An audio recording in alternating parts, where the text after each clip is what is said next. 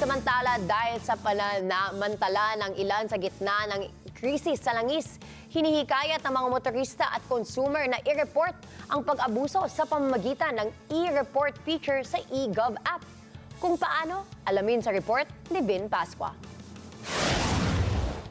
Para mas mabantayan pa ang kasalukuyang lagay ng mga gasolinahan, isinama na ang gas station concerns sa maaring isumbong sa e-report feature ng eGov app. Madali lamang ang paggamit sa feature na ito. Una, i-download ang eGov Super App sa Google Play para sa Android user, App Store kung kayo ay iOS user, at sa App Gallery kung kayo ay Huawei device user. Mag-register o mag-login gamit ang inyong account. Pangalawa, i-click lamang ang report icon na makikita sa dashboard ng app. Ikatlo, hanapin ang gas station concerns at i-click ito. Ilagay ang detalye ng inyong ulat.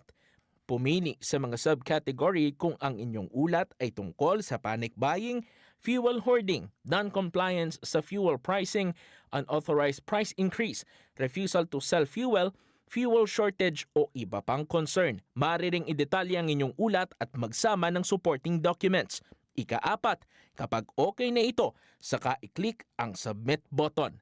Nakikipag-ugnayan ng DOE sa iba pang ahensya ng pamahalaan laban sa mga sangkot na kumpanya. Paraan nito para mas mapalapit sa pagkalap ng mga impormasyon at matiyak ang dokumentadong pag-aksyon para rito. Vin Pascua para sa mata ng Agila, Batatag, Batapa, Batapat.